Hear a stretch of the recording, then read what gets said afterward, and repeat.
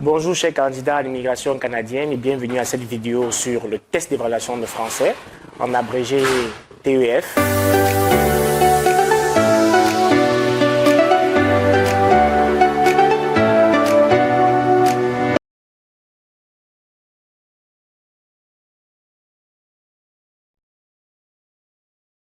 Vous allez entendre des conversations entre deux personnes. Indiquez à quel dessin correspond chaque conversation.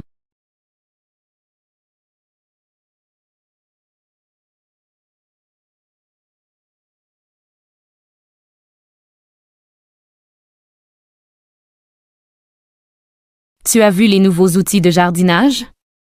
J'ai acheté un arrosoir et des gants. Super! On pourra s'occuper des plantes demain.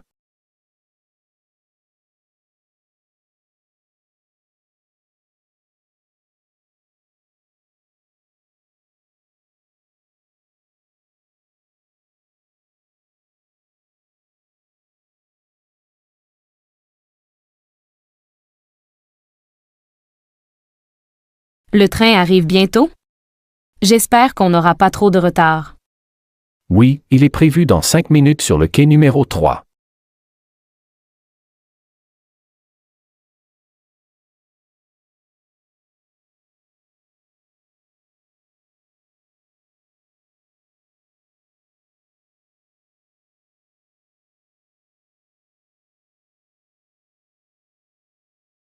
Une tasse de thé ou un café pour toi?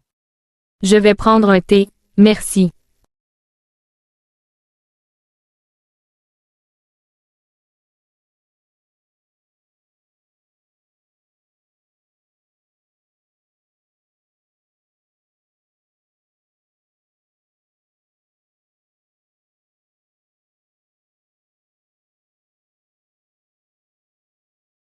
Tu as pris la crème solaire pour la plage? Oui, elle est dans mon sac avec les serviettes.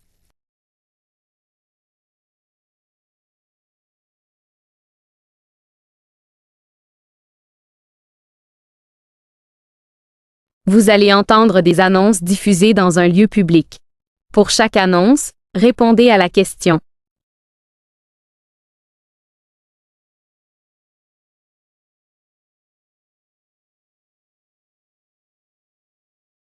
Mesdames, Messieurs, nous vous prions de noter que le concert symphonique prévu ce soir à l'Auditorium Verdi est reporté à une date ultérieure en raison de difficultés techniques imprévues. Nous vous invitons à conserver vos billets qui resteront valables pour la nouvelle représentation.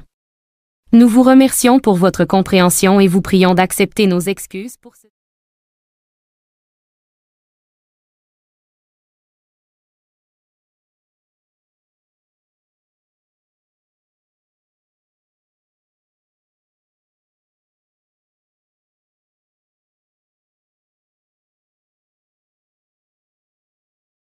Chers visiteurs, en raison de l'afflux exceptionnel de public, l'accès à l'exposition Rêves d'Orient se fera désormais sur réservation obligatoire.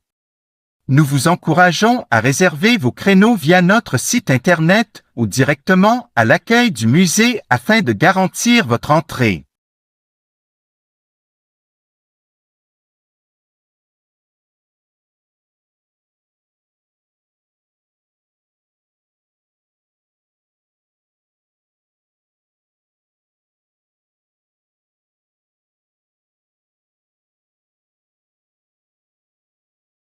Nous vous informons que la ligne ferroviaire reliant Lyon à Genève sera interrompue le week-end prochain pour des travaux de maintenance sur les voies. Des solutions de remplacement par bus ont été mises en place. Veuillez consulter les horaires alternatifs sur notre site web ou au guichet des gares concernées.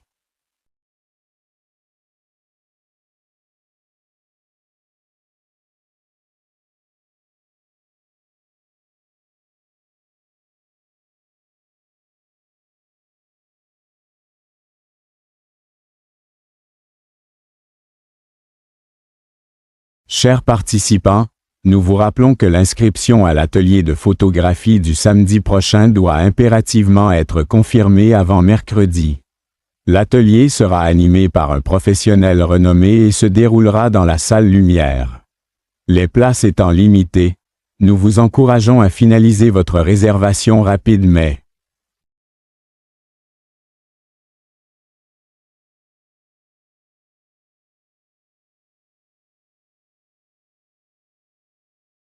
Vous allez entendre des messages sur votre messagerie téléphonique. Indiquez pourquoi la personne appelle.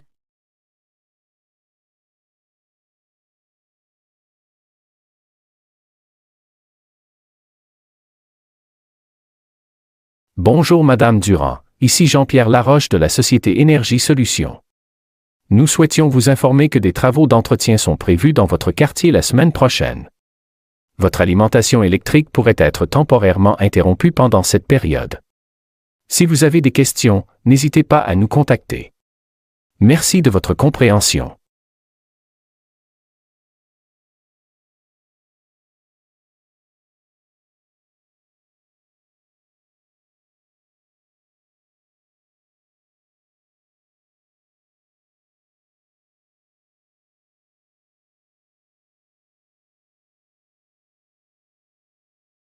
Salut Tom, c'est Lisa. Juste pour te dire que j'ai récupéré les billets pour le concert de samedi. On se retrouve comme prévu devant la salle à 18h. Dis-moi si ça te va. À plus.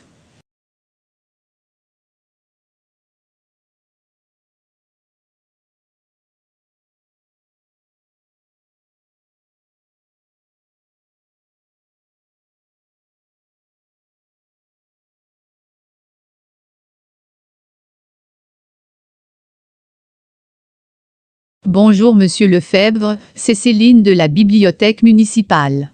Je vous informe que le livre que vous aviez réservé est désormais disponible et que vous pouvez passer le récupérer pendant nos heures d'ouverture. À bientôt.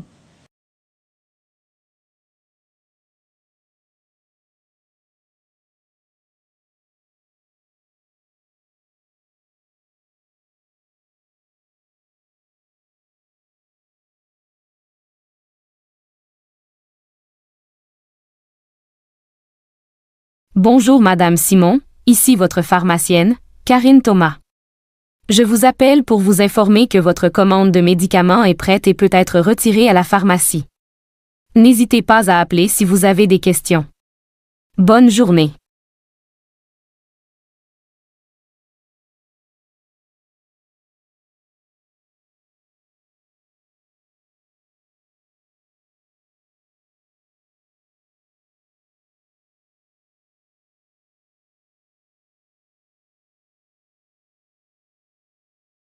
Coucou Marie, c'est Jeanne. Juste pour te dire que je t'ai laissé les documents sur le bureau, comme tu voulais. Si tu as besoin de quoi que ce soit d'autre, fais-moi signe. Bisous.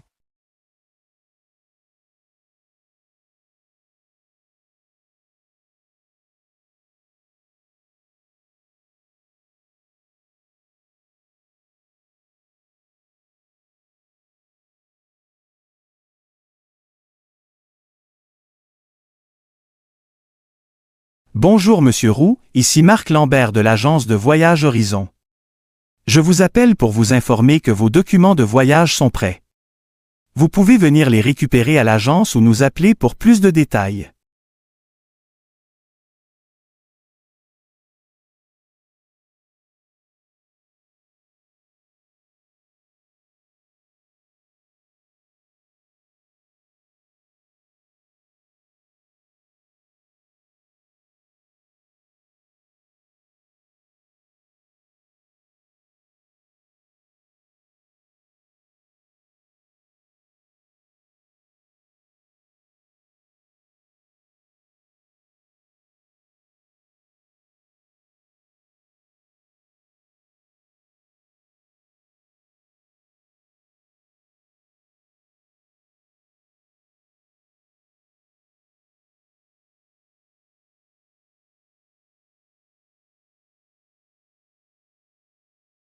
Pour moi, les amis ont souvent été plus présents que ma propre famille. Avec eux, je peux être moi-même, sans jugement. Ils m'apportent un soutien que je n'ai pas toujours trouvé ailleurs, et je les considère comme une seconde famille.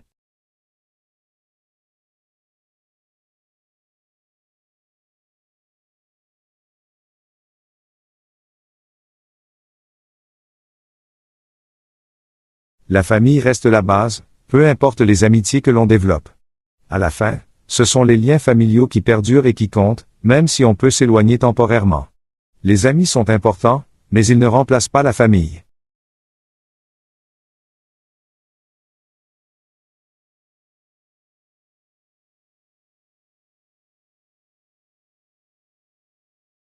Je pense que ça dépend des étapes de la vie. Parfois, les amis sont plus présents et jouent un rôle essentiel, mais dans d'autres moments, c'est la famille qui est indispensable. Les deux peuvent être importants, mais de manière différente.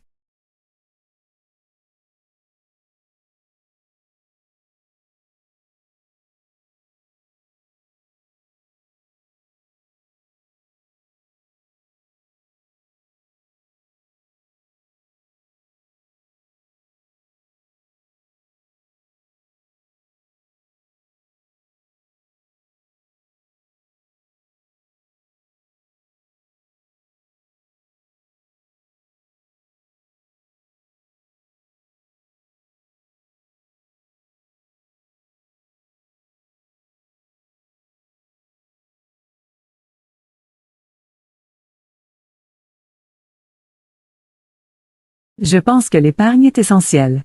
J'ai vu trop de gens se retrouver dans des situations compliquées à cause du manque d'argent. Mettre de côté chaque mois, même une petite somme, garantit une sécurité pour l'avenir.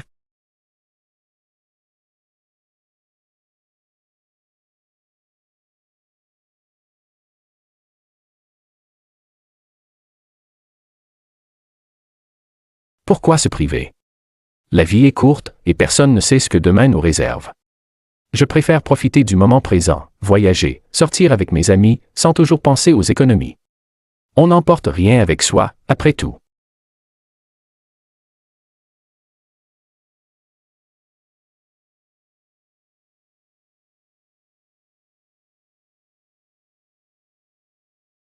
Je pense qu'il faut savoir équilibrer. Mettre un peu de côté pour être en sécurité, mais ne pas se priver non plus. Après tout, on travaille pour pouvoir vivre, pas seulement pour accumuler. Un bon compromis entre les deux est le mieux.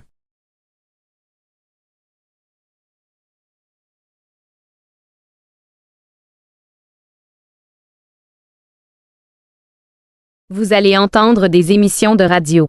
Pour chaque émission, répondez à la question.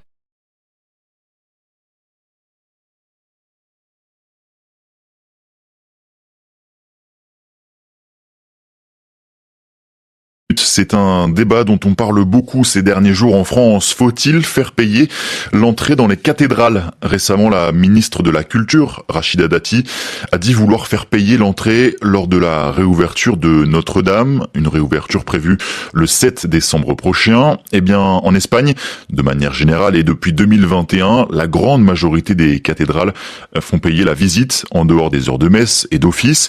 Pour les 5 plus grandes, cela rapporte quelques 50 millions d'euros par an, et la conférence épiscopale se défend en disant que cela finance ces institutions en déficit financier. À Madrid, la correspondance de François Musso.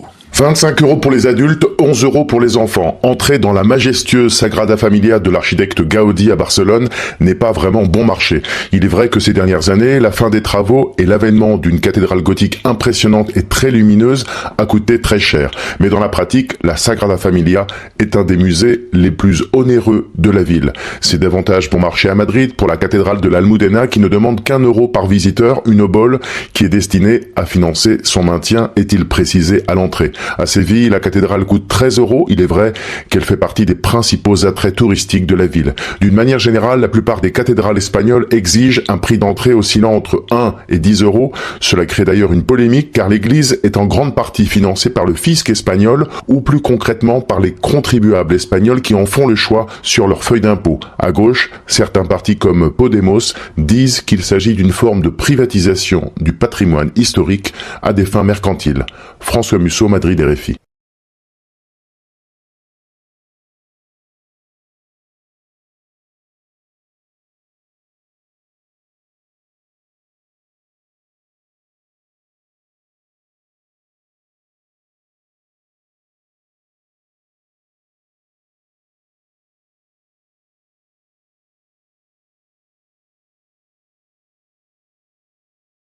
Les frais de scolarité, au début, étaient de 34 000 $ par an, et chaque année ils augmentaient. J'étais dans une école d'art privée, et je pensais savoir dans quoi je m'étais engagé. Mais en fait non, je n'imaginais pas que ce serait si dur. Tara, 25 ans, une Américaine d'origine mexicaine, a dû prendre 10 prêts différents pour financer ses études. L'idée même d'avoir une dette aussi énorme, c'est juste impossible à intégrer. Je ne gagne pas beaucoup d'argent, je travaille dans un restaurant, et je suis illustratrice freelance. Mon emprunt court sur 25 ans, jusqu'à mes 54 ans. Je ne peux pas me projeter dans l'avenir, imaginer acheter une maison, une voiture, même fonder une famille. C'est la même chose pour tant de jeunes de ma génération. On est dans une prison de dette qui réduit nos possibilités, et c'est horrible.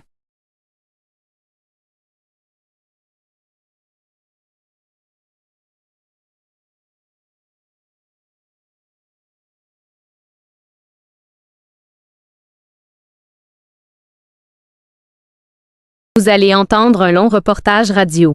Répondez aux 2 questions.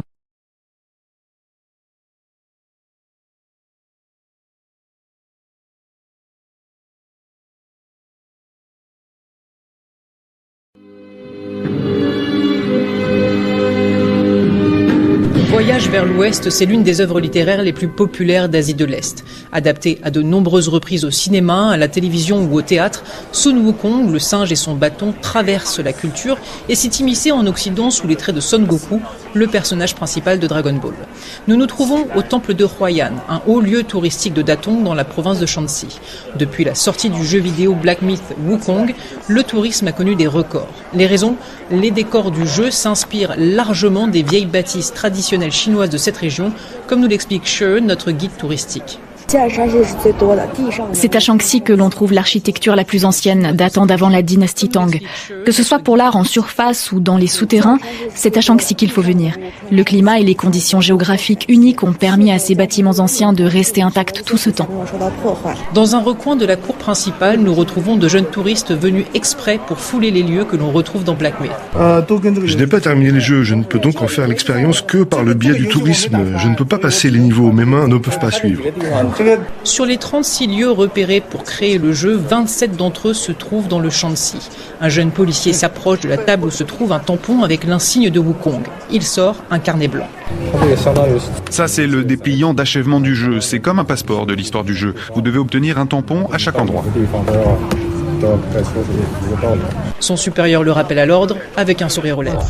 Nous montons ensuite dans le taxi de Yue qui nous mène sur un deuxième lieu très prisé des touristes, les grottes de Yungang, où se trouvent près de 50 000 statues de Bouddha taillées dans la roche. Ce jeu a vraiment boosté le tourisme culturel de Datong. C'est assez impressionnant. Grâce à Black Myth, le tourisme dans le Shanxi est devenu très dynamique.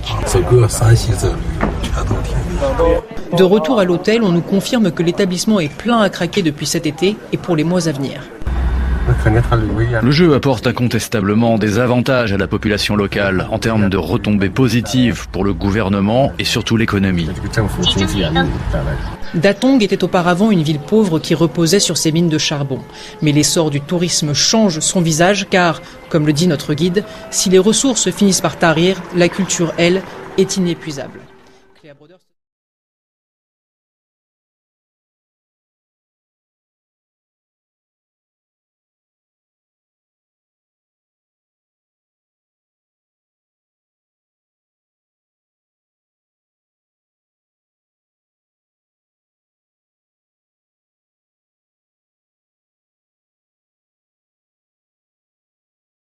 Reportage à présent à la cathédrale Notre-Dame de Paris. Dans 3 mois, l'édifice va rouvrir ses portes au public. Depuis son incendie il y a 5 ans, les travaux de reconstruction avancent. Des fouilles archéologiques ont également été menées, comme c'est toujours le cas.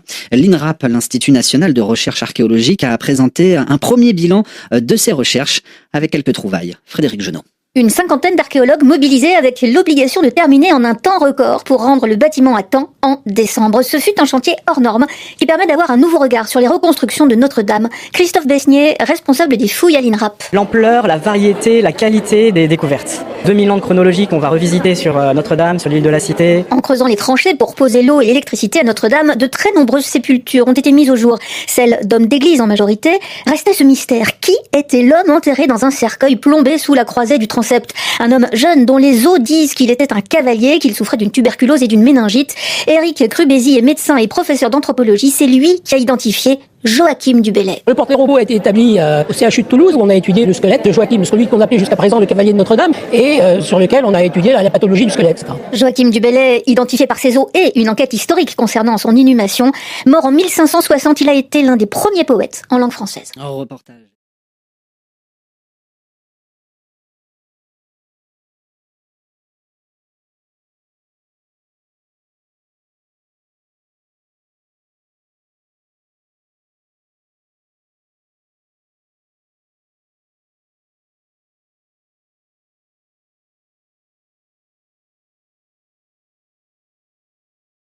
Et puis enfin, l'annonce est tombée dans la matinée. Rafael Nadal va prendre sa retraite. Rafael Nadal annonce la fin de sa carrière. On le pressentait depuis quelques mois, quelques semaines. L'Espagnol l'a annoncé sur les réseaux sociaux. Il tire donc sa révérence à 38 ans. Après une carrière mémorable qu'il aura vu se construire l'un des plus beaux palmarès de l'histoire du tennis. Cédric de Oliveira. Le visage en gros plan, Rafael Nadal explique la décision qu'il a longtemps repoussée par amour du jeu, des exploits et des trophées. Sur cette vidéo publiée sur ses réseaux sociaux, l'Espagnol 38 ans l'assure, cette fois c'est fini pour de bon. Meurtri par les blessures ces dernières années, il va bien arrêter sa carrière. Je suis ici pour vous dire que je quitte le monde professionnel. La réalité, c'est que les dernières années ont été très difficiles. C'est évidemment une décision qui m'a demandé beaucoup de temps de réflexion et je pense que c'est le moment opportun pour mettre un point final à cette carrière très longue et bien plus couronnée de succès que je n'aurais pu l'imaginer. Outre ses batailles parfois homériques avec ses rivaux Federer et Djokovic, Nadal s'est bâti un palmarès hallucinant. 92 titres en individuel, 22 tournois du Grand Chelem, dont 14 Roland Garros, auxquels il faut ajouter 5 Coupes Davis avant un ultime défi dans un mois. Je suis très enthousiaste à l'idée de savoir que mon dernier tournoi sera la finale de la Coupe Davis et d'y représenter mon pays. C'est une belle façon de boucler la boucle. 20 ans après une Coupe Davis remportée en Espagne, Nadal va pouvoir retrouver les cours fin novembre. Ce sera à domicile à Malaga pour la dernière danse de sa carrière. Merci Cédric de Oliveira. Ainsi se referme ce journal. Merci à tous de l'avoir écouté.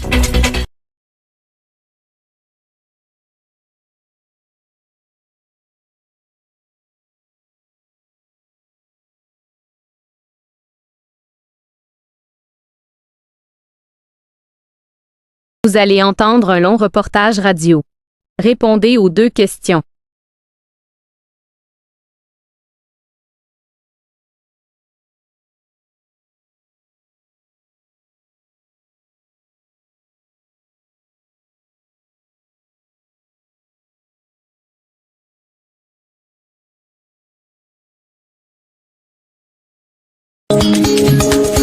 Faut-il réensauvager le monde? Rien que ça. Question liée évidemment au fléau de la pollution, de la surexploitation des ressources ou de leur destruction.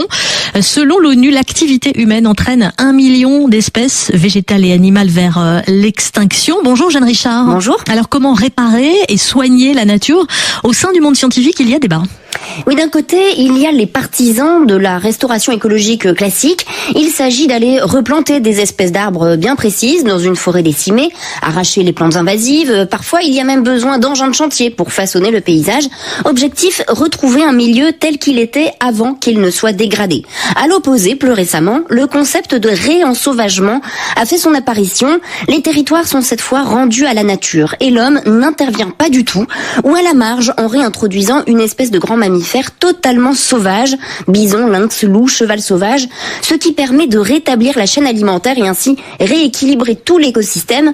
Finalement, la nature s'autorégule, mais il nous faut accepter que les choses évoluent d'elles-mêmes sans nous, sans tout contrôler. Toutefois, ce terme de réensauvager fait polémique, Jeanne. Oui, pour beaucoup, par exemple les chasseurs ou les agriculteurs qui utilisent entre guillemets la nature, le réensauvagement garde une connotation péjorative et synonyme d'un retour à l'âge des cavernes. Thierry Dutoit, directeur de recherche au CNRS, explique pourquoi le terme peut faire peur. D'une part, il y a ce terme de sauvage qui fait toujours peur parce que sauvage, ça veut dire qu'on ne maîtrise pas. Et après, pour avoir ces opérations de réensauvagement, il faut que l'homme il se pousse un peu. Il faut dire que réellement, il se retire de certains territoires à tous les niveaux, y compris avec ses troupeaux d'animaux domestiques, plus d'activités traditionnelles, on va dire, comme la chasse, la cueillette des champignons, le ramassage du bois, voire même la randonnée, puisque là où vous avez des animaux sauvages, il ne faut pas toujours aller les ennuyer, quoi, en fait. Et pourtant, Jeanne, le concept de réensauvagement fait de plus en plus parler de lui, au point d'apparaître aujourd'hui dans les textes officiels de l'ONU sur la restauration de la nature. Oui, pour ses partisans, le réensauvagement serait une meilleure méthode pour contrer l'effondrement du vivant, alors que la Terre a perdu 69% de ses populations de vertébrés entre 1970 et 2018, selon le Fonds pour la nature, malgré justement tous les projets de restauration de la nature plus classiques. De plus, selon eux, les espèces s'adapteraient mieux toutes seules aux nouvelles contraintes climatiques. En tout cas, on ne perd rien à essayer, voire à alterner les deux méthodes selon les territoires pour réensauvager la planète. Il y a 1 an et demi à Montréal, lors d'une COP dédiée à la biodiversité, les États du monde entier se sont engagés à réhabiliter au moins 1/3 des terres dégradées. Et justement, hier, les députés européens ont traduit cet engagement en loi. Ils ont voté un nouveau texte qui fixe l'objectif de restaurer au moins 20% des zones terrestres et maritimes de l'UE d'ici 2030. Jeanne Richard pour la question d'environnement du jour. Merci à vous et à demain.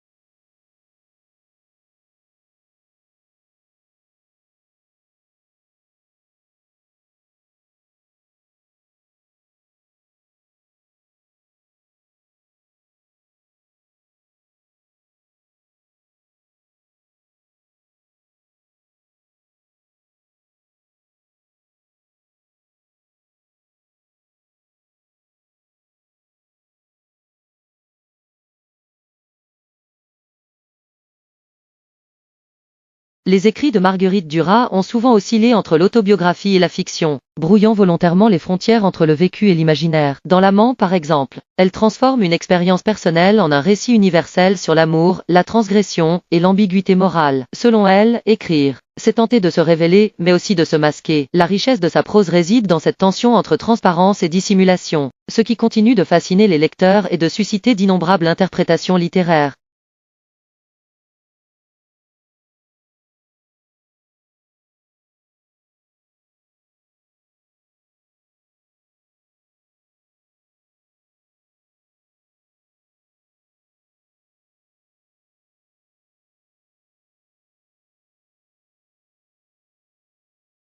Les installations de l'artiste contemporain Anselm Kiefer évoquent un dialogue complexe avec l'histoire européenne, notamment les traumatismes liés aux guerres mondiales. À travers des matériaux bruts comme le plomb, le béton et la cendre, Kiefer construit des œuvres imposantes qui confrontent le spectateur aux vestiges d'un passé lourd et indélébile. L'usage du plomb, par exemple, incarne pour lui le poids de l'histoire, à la fois physique et symbolique. Ses créations sont souvent interprétées comme des tentatives de réconciliation avec une mémoire collective tourmentée.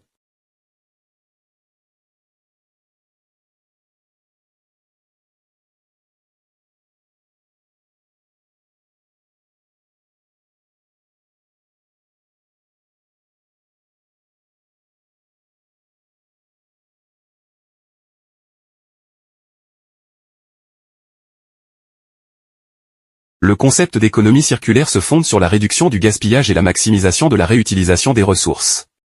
Au lieu d'un modèle de production linéaire, où les produits sont fabriqués, utilisés, puis jetés, l'économie circulaire vise à prolonger la durée de vie des produits par le recyclage, la réutilisation, et la réparation. Ce modèle s'impose comme une solution viable face à la raréfaction des matières premières, et certains experts estiment qu'il pourrait réduire de 45% les émissions mondiales de gaz à effet de serre.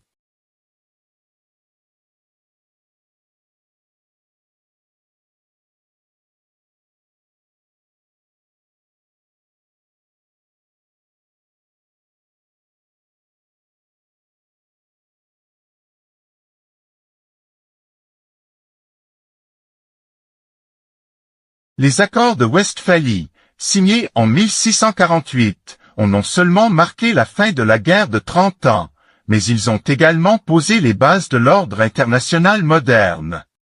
Pour la première fois, la notion de souveraineté étatique a été reconnue, consolidant l'idée que chaque État est indépendant dans ses affaires internes. Ce concept, révolutionnaire pour l'époque, a fondamentalement modifié la manière dont les relations internationales allaient être conçues, faisant des États les principaux acteurs de la scène mondiale.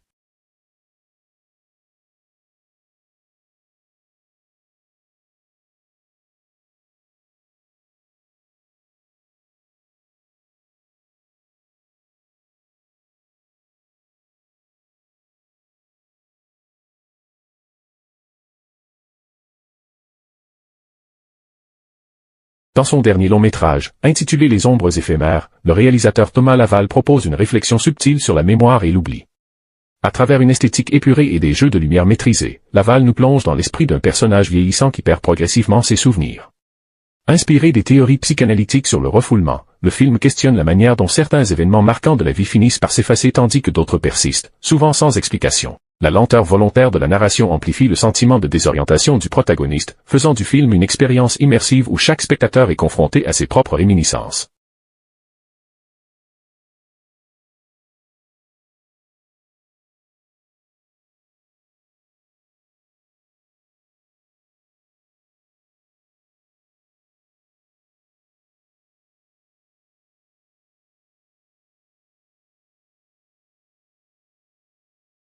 Selon le philosophe Gilles Verdi, la notion de liberté est intrinsèquement liée à celle de responsabilité. Dans son essai L'illusion de l'autonomie, Verdi avance que, loin d'être un état naturel, la liberté est une construction sociale qui repose sur des compromis et des obligations.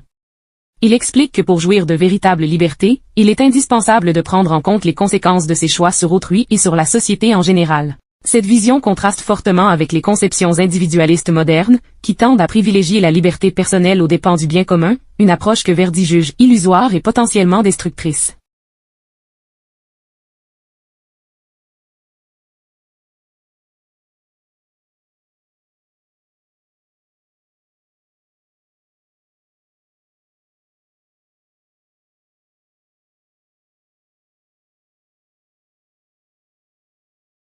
La crise économique de 2008 a été un tournant majeur pour l'Europe, provoquant une prise de conscience quant à la vulnérabilité des systèmes bancaires et financiers. À cette époque, des politiques d'austérité drastiques ont été adoptées dans plusieurs pays afin de stabiliser les économies déstabilisées par l'effondrement des marchés financiers. Cependant, ces mesures ont eu des effets dévastateurs sur les services publics, en particulier dans les domaines de la santé et de l'éducation. Aujourd'hui encore, certains économistes débattent de la pertinence de ces choix, se demandant s'il n'aurait pas été plus judicieux de favoriser une approche basée sur les investissements publics pour relancer la croissance.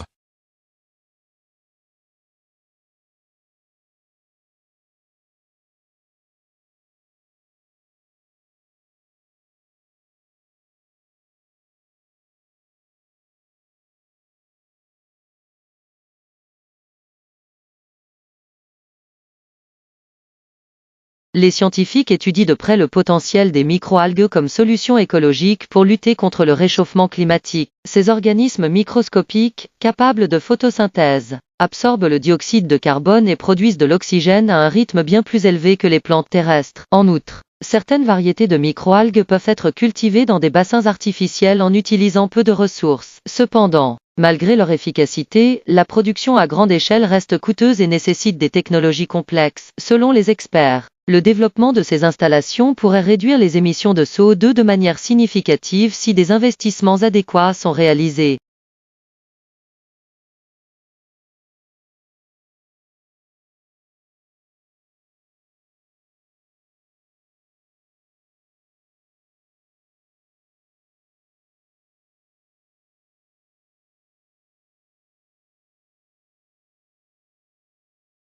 L'intelligence artificielle est au cœur de l'innovation dans de nombreux secteurs, de la médecine à l'agriculture. Cependant, son développement rapide suscite des questions éthiques majeures. Selon le chercheur en l'IA, Dr. Alain Dupuis, le principal risque réside dans l'automatisation de décisions qui étaient autrefois purement humaines. Quand on délègue des choix moraux à des algorithmes, on court le risque de perdre notre sens de l'humanité, affirme-t-il. Cette problématique est particulièrement préoccupante dans le domaine de la justice, où des logiciels d'analyse prédictive sont déjà utilisés pour estimer la probabilité de récidive. Pour Dr. Dupuis, il est impératif d'établir des limites claires avant que ces systèmes ne deviennent omniprésents.